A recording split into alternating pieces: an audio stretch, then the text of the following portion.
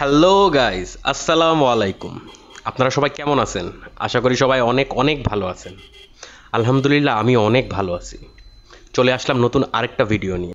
ছুটির দিন বাদে অন্যান্য দিনগুলোতে রাইড শেয়ারে দুইটা পিক আওয়ার থাকে, একটা সকালে একটা বিকেলে। সকাল 8টা থেকে শুরু করে 10:30 পর্যন্ত একটা, আবার বিকেল 3:30 4টা থেকে শুরু করে একদম 6টা 6:30 পর্যন্ত। আমি চিন্তা করছি আজকে 10:30 থেকে আরম্ভ করে 2টা বা 2:30 পর্যন্ত, মানে এই টাইমটা সাধারণত রিকোয়েস্ট কমই থাকে। এইটুক সময়ের মধ্যে কত টাকা ইনকাম করা যায় এটা আমি দেখব। চলেন তাহলে ভিডিওটা বিসমিল্লা করি। আজ জুন মাসের 12 তারিখ, রোজ বুধবার, সময় এখন সকাল 10:30। আমার ভিডিওটা শুরু হচ্ছে লক্ষ্মীবাজার এলাকা থেকে। আমি প্রথম রিকোয়েস্ট পাই পাঠাও অ্যাপে। আজকে পাঠাও ওপেন করার সাথে সাথে ট্রিপ চলে আসে। প্রথম ট্রিপটা ছিল লক্ষ্মীবাজার থেকে যাত্রীকে নিয়ে যেতে হবে পল্টন, ফকিরাপুলের ওইখানে। আমি রওনা দিলাম, যাইতে সময় লাগছিল মাত্র 15 মিনিট। আমরা মতিঝিল দিয়ে যাই। আমি ভাবছিলাম আজকে মতিঝিলে ভালোই জ্যাম হবে, আর এমনিও রাস্তা রাস্তা কাটা। কিন্তু মতিঝিলে যাই দেখি কোনো জ্যাম নাই, একদমই ফাঁকা। মানে লোকজন কি এখনই চলে গেল নাকি আল্লাহ জানে, ঢাকা ছাইরা। ইভেন কি যে দিলকুশার ভিতরে যে বাসগুলো থাকে ওই বাসগুলোও নাই। গন্তব্যে পৌঁছানোর পর ভাড়া উঠে 113 টাকা, ভাইয়ার ডিসকাউন্ট ছিল 6 টাকা, পাঠাও কমিশন যায় 18 টাকা, আর দূরত্ব ছিল 4.23 কিলোমিটার। এই ভাইয়ার কাছে আবার 500 টাকার নোট। উনি আমারে 520 টাকা দিল, আমি তারা 400 টাকা ফিরিয়ে দিলাম। ওই যাত্রীকে নামানোর পর আমি পল্টন চায়না টাউনের সামনে যায় দাঁড়াই। আমার পাঠাও অ্যাপ ওপেন ছিল, কিন্তু ইনড্রাইভ তখনও আমি ওপেন করি নাই। পাঠাওতে কোনো রিকোয়েস্টই আসতেছে না, 15-20 মিনিট দাঁড়াইছি কিন্তু কোনো লাভ হলো না। শেষমেশ না পাইরা ইনড্রাইভটা ওপেন করলাম, দেখলাম মানে রিকোয়েস্টেড বন্যা। প্রথমে যে রিকোয়েস্টটা ছিল ওইটা দেখা যাচ্ছিল যে শিল্পকলার সামনে দুর্নীতি দমন কমিশনের সামনে থেকে এক ভাইয়া তারা নিয়ে যাইতে হবে এনএসইউ, নর্থ সাউথ ইউনিভার্সিটিতে। আর ভাড়া দেখাচ্ছিল 180। আমি ম্যাপে দেখলাম আমরা যদি কুড়িল দিয়ে ঘুরে যাই তাহলে দূরত্ব হয় 15.5 কিলোমিটার। আর যদি বনানী দিয়ে সোজা চলে যায় কোকোকোলা দিয়ে তাহলে 1.5 কিলোমিটার মতো কম পড়ে। আমি বললাম ভাইয়া ওদিক দিয়ে যাই, কিন্তু যাত্রী রাজি না। যাত্রী বলতেছে ভাই আপনি কুড়িল দিয়েই যান। এখন কুড়িল দিয়ে গেলে ভাই আমার পার কিলোমিটার পরে 11 টাকারও কম, মানে বিশাল লস। এখন কি করব? পরে গেলাম সেই কুড়িল দিয়েই ঘুরে। ভাই যাত্রী নিয়ে যাওয়ার সময় আমি সব যাত্রীর সাথেই কম বেশি পেঁচাল পারি, শুধুমাত্র মহিলা যাত্রী বাদে। এবং এই ভাইয়ার সাথে অনেক কথা হইলো, এবং ভাইয়ারে আমি এক পর্যায়ে খুলে বললাম যে ভাই 11 টাকা কিলোমিটার আসে ইনড্রাইভে, এটা তো ন্যায্য ভাড়া হয় না। পাঠাও বা উবারে 15 টাকা হয়, ওইটাই ন্যায্য ভাড়া। আপনি চেষ্টা করবেন পাঠাও বা উবার ইউজ করতে, ইনড্রাইভটা এখন থেকে ইউজ করার চেষ্টা নাই করেন। এখন অনেক কিছু তো বুঝায় বলছি, আল্লাহ জানে যাত্রী কী বুঝছে। ওই ভাইয়ারে নিয়ে যাইতে আমার সময় লাগছিল 35 মিনিটের মতো, আর ভাড়া 180, দূরত্ব 15.5 কিলোমিটার। বসুন্ধরা রেসিডেন্সিয়াল এলাকায় যাত্রী নিয়ে আসলে একটা সুবিধা আছে, কারণ সবসময় ওখানে ট্রিপ থাকে। আপনার যদি পাঠাও অ্যাপে নাও আসে তাও ইনড্রাইভে অবশ্যই থাকে সবসময়। আমিও ইনড্রাইভে দেখলাম একটা ট্রিপ আছে ওইখান থেকে কল্যাণপুরের বসুন্ধরা থেকে, আর ভাইয়া অফার করতেছিল 173 টাকা। আমি তারে 198 টাকা অফার করলাম, সে রাজি হয়ে গেল। গেলাম তারে পিক করতে। আর তার বাসার সামনে যাওয়ার পর এই যে গাছটা যেটা দেখছেন মশারি দিয়া বাইন্ধা রাখছে, এটা একটা আম গাছ, এবং অনেক আম ধরছে ভাই। আমার দেখে অনেক সুন্দর লাগলো, এবং আম যাতে কেউ নিয়ে না যায় এই জন্য মনে হয় বাইন্ধা রাখছে। এটা অনেক ভালো কাজ করছে, কারণ বাংলাদেশে তো বুঝিনি কি হয়। যাক, এই ভাইয়া চলে আসলো। ভাইয়ারে নিয়ে যাইতে যাইতে আমি দুটা কমেন্টের অ্যান্সার দিব। এক ভাই লিখছেন যে উনার বাইকের ড্রাইভিং লাইসেন্স আছে, নাম্বারের জন্য বিআরটিএতে আবেদন করছেন নতুন বাইকের, পেপার নাম্বার দেয় নাই, কিন্তু ব্যাংক ড্রাফট আছে তার। ব্যাংক ড্রাফট দিয়ে কি ব্যক্তিগত কাজে বাইক চালাতে পারবেন কিনা। এখন আমি অনেকেই দেখি অনেক বাইক পিছনে নাম্বার নাই, অথচ ব্যাংক ড্রাফটের যে কাগজটা আছে ওটা লেমিনেট করে লাগায়া তারপর বাইক চালায় অনেকেই।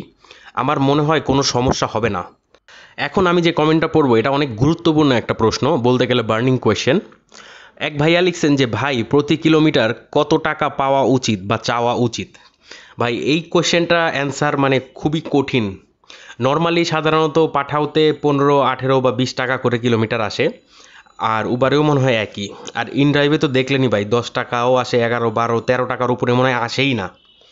এখন আমার মনে হয় যে যখন আমরা খ্যাপে যদি যাই তাহলে পার কিলোমিটার অ্যাটলিস্ট 18 টাকা করে চাওয়া উচিত। এখন এটা আমার নিজের একান্ত ব্যক্তিগত মতামত। আমার ভিডিও দেখেন এমন অনেকেই আছেন যারা রাইড শেয়ার করেন। ভাই আপনাদের কি মনে হয় যে কত টাকা হইলে মানে পার কিলোমিটার একদম ন্যায্য ভাড়া হিসেবে ধরা যায়? এটা একটু কমেন্টে প্লিজ লিখে জানাবেন আমাকে। আমার প্রিয় দর্শক ভাইরা, আমি যে প্রতিদিন এত ভিডিও বানাই, এত পেঁচাল পারি, বক বক করি, কমেন্টের প্রশ্নের অ্যান্সার দেই, তার পেছনে কিন্তু শুধুমাত্র একটাই কারণ, যে ভাই বেকার ঘরে বসে সময় নষ্ট করেন না। চলে আসেন ভাই, রাইড শেয়ার করেন, লাইফটা এনজয় করেন ভাই। জীবনে অনেক কিছু শেখার আছে, অনেক কিছু দেখার আছে। রাইড শেয়ার করেন, বুঝতে পারবেন জীবনটা কষ্টে পুইরা একদম খাঁটি সোনা হয়ে যাবে। যেমন ধরেন এই যে আজকেই আমি অনেক বড় একটা শিক্ষা পাইছি, যেটা কিনা এরপরে যখন এই যাত্রীরে নামাবো তারপরে আপনাদেরকে দেখাবো কি হয়েছে আজকে। এই যাত্রীকে নিয়ে পৌঁছাতে আমার সময় লাগছে প্রায় 50 মিনিট, কারণ বনানীতে প্রচুর জ্যাম ছিল। আবার বনানীটা যখন ক্রস করে ফ্লাইওভারে উঠে গেলাম মহাখালী, তখন আর কোনো জ্যাম পাই না। এরপরে যাত্রীর কাছে কোনো টাকা ছিল না, উনি আমাকে বললো যে বিকাশের যে দোকান আছে ওখানে যে দাঁড়ান। আমি কল্যাণপুরে বিকাশের সামনে রাখলাম, কারণ উনি কল্যাণপুরে অরিন যে বাস আছে ওই বাসে করে যাবে হলো রংপুর। উনি বিকাশ থেকে 1000 টাকা ক্যাশ আউট করলো, ওইখান থেকে 500 টাকা আমারে দিল। আমি তারে 300 টাকা ফেরত দিলাম, 200 টাকা ভাড়া নিলাম। দূরত্ব ছিল 14.5 কিলোমিটার। কিন্তু আমি জানতাম না ওই টাকাটার পিছনে যে রং আছে, আমি খেয়ালই করি নাই। দেখেন টাকাটা ডাইরেক্টলি কিন্তু মানিব্যাগে ভরে ফেলছি। আমি যখন এরপরে তেল ভরতে গেলাম যে কল্যাণপুরের পাম্প থেকে, ওই তেলওয়ালা আমাকে বলতেছে ভাই এই টাকা তো চলবে না। আমি বললাম কেন, কি হয়েছে? তখন উনি বললো ভাই টাকার পেছনে রং লাগানো। আমি বললাম যে কিসের রং? তারপরে টাকাটা দেখলাম যে আসলেই ভাই পিছনে একটা গোলাপি রং লাগানো, ওইটা নাকি ব্যাংকে নেয় না। আমি তো এটা জানতামই না যে ভাই রংওয়ালা টাকা কখনো ব্যাংকে নেয় না। এখন এটা নিয়ে আমি কি করব? আমার মাথা তো কাজ করতেছে না। 500 টাকার নোট, মানে 10 20 100 টাকা হইলো একটা কথা ছিল, 500 টাকার নোট। যাক, ওই অবস্থায় পাঠাওতে আমি আরেকটা রিকোয়েস্ট পাইছিলাম, ইবনে সিনার সামনে থেকে এক ভাইয়েরে নিয়ে যাইতে হবে তেজগাঁও। ওই ভাইরে যখন পিক করছি তখন ঘড়িতে বাজে 1টা। ভাড়া আসছিল 165 টাকা, পাঠাও কমিশন যায় 27 টাকা। দূরত্ব ছিল 7.7 কিলোমিটার, সময় লাগছিল আমাদের 25 মিনিট যাইতে। ওইখান থেকে ওই ভাইরে ড্রপ করার পর আমি ঘুরতে থাকি আশেপাশে তেজগাঁ দিয়ে, কিন্তু কোনো ট্রিপই পাইতেছিলাম না। আর মাথাও আমার কাজ করতেছিল না, কারণ ওই 500 টাকার যে টেনশনটা আছে। এখন সমরিতার সামনে একটা চায়ের দোকান আছে 4 রাস্তার মোচরে, ওইখানে খুব ভালো একটা চা বানায়, 10 টাকা কাপ। আমি ওই দোকানে যাই চা খাওয়ার জন্য। চা খাইতে খাইতে আমার পাঠাও অ্যাপে আরেকটা রিকোয়েস্ট চলে আসছে। সমরিতার অপোজিটে যে ওসমানী হল আছে ওইখান থেকে এক বাইরে নিয়ে যেতে হবে কমলাপুর রেলওয়ে স্টেশন। আমি চলে গেলাম ওসমানী হলের সামনে, আর ওই ভাইয়া এসে আমার পাশেই দাঁড়ায় রয়েছে, আমি খেয়ালই করি নাই। আমি তাও তারে ফোনই দিতেছি। যাক, ভাইয়ারে পিক করলাম, রওনা দিয়ে দিলাম। তখন বাজে 1টা 20। আমাদের যাইতে সময় লাগছে প্রায় 40 মিনিট, কারণ যে শান্তিনগর ফ্লাইওভার আছে ওইখানে ওঠার পর পুরা সব গাড়ি ঘোড়া বন্ধ, ওইখানে 15 মিনিট দাঁড়ায় রয়েছি। এখন ডাইনে বামে যাওয়ারও তো রাস্তা নাই, আর ফ্লাইওভার থেকে তো লাভ দেওয়া যায় না। ওই ভাইয়ের ভাড়া আসছিল 133 টাকা, পাঠাও কমিশন ছিল 16 টাকা, দূরত্ব ছিল 5.11 কিলোমিটার। ওই ভাইয়াকে ড্রপ করার পরে আমি কমলাপুরের 4 রাস্তায় দাঁড়াইলাম, কিন্তু ওইখানে বাস স্ট্যান্ড তো এমন জ্যাম, মানে দাঁড়ানোর কোনো জায়গাই নাই। তাও 10-15 মিনিট আগে পিছে করতে করতে ওখানেই থাকলাম, কোনো রিকোয়েস্ট পাইতেছিলাম না। শেষমেশ যখন দেখলাম 2:30 বাজে গেছে, তখন বাসার দিকে রওনা দিয়ে দিলাম। চলেন তাহলে আজকে চলে আসি হিসেবে।